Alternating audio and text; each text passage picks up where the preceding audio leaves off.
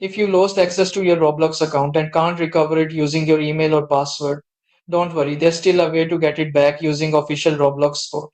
First, go to the Roblox support page, fill in your contact information, including your username, if you remember it, and a current email address you can access, even if it's not the one linked to your Roblox account. Select the platform you play on, such as PC, mobile, or Xbox. In the description box, clearly explain that you've lost access to both your email and password and that you'd like help recovering your account. Be sure to include any details that can verify your identity, like your old email, approximate date of account creation, or any Robux purchase information. Once you filled everything out, click Submit.